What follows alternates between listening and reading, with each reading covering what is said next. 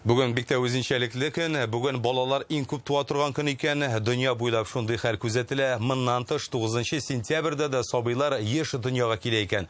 Белгечләр моны Яңа ел һәм Рождество бәйрәмнәрендәге озакка сузылган рәхәт ял нәтиҗәсе дип атый. Санап карасаң, кышкы каникуллардан соң нәкъ 9 ай узган булып чыга. Казандагы бала табу йортларында да бу көннәрдә әни булучылар бик күп. Яңа ел бүләген сентябрьдә алучылар белән Чулпан Касыймова аралашып кайтты.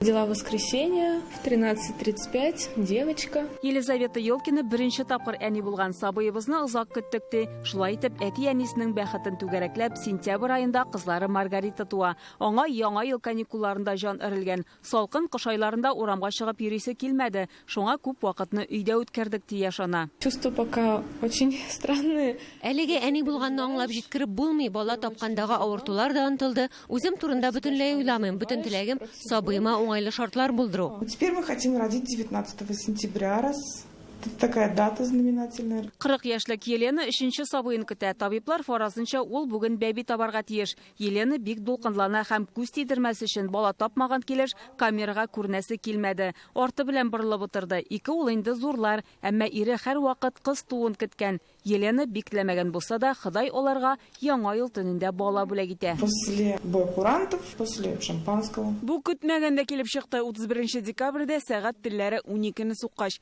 Ике атнадан без бала көтүебезне белдек, соңыннан үзи кыз икәнне күрсәтте. Димәк, бу безгә яңа ел бүләге. Без бик шат. Казанның беренче бала тудыру йортында ел саен 5-6 мең сабый дөньяга килә ди табиблар. Әмма соңгы елларда бу санның кими баруын әйтәләр. Ә менә 9 сентябрьдә 21 бала туган. В нашем родильном доме рождаются всегда больше 10 деток. Безнең бала тудыру йортында көн саен 10-нан 30-га кадәр сабый дөньяга авасала, төрле көнне төрлечә була.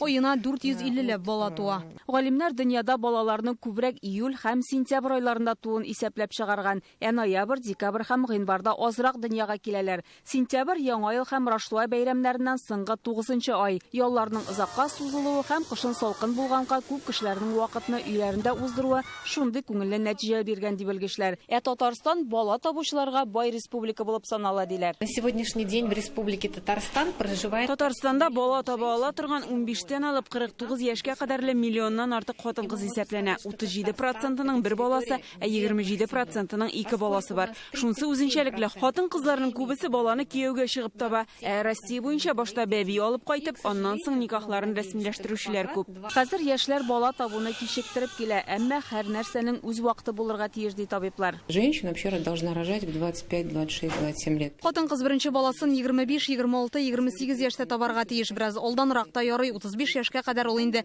ничәне планлаштырган, шул кадәр бала алып кайтырга тиеш дип саныйм. Соңыннан төрле проблемалар килеп чыгарга мөмкин. Әгәр бәбигә уза алмыйлар икән, табибларга мөрәҗәгать итсеннәр иде. Без ярдәм итәчәкбез. Яңа ел бәйрәмнәренә 3 ай вакыт калды. 2024 ел каникулларының нәтиҗәсе нинди булыр? Моны киләсе сентябрьдә беләчәкбез. Чулпан Касыймова, Данил Филатов, Яңа гасыр каналы.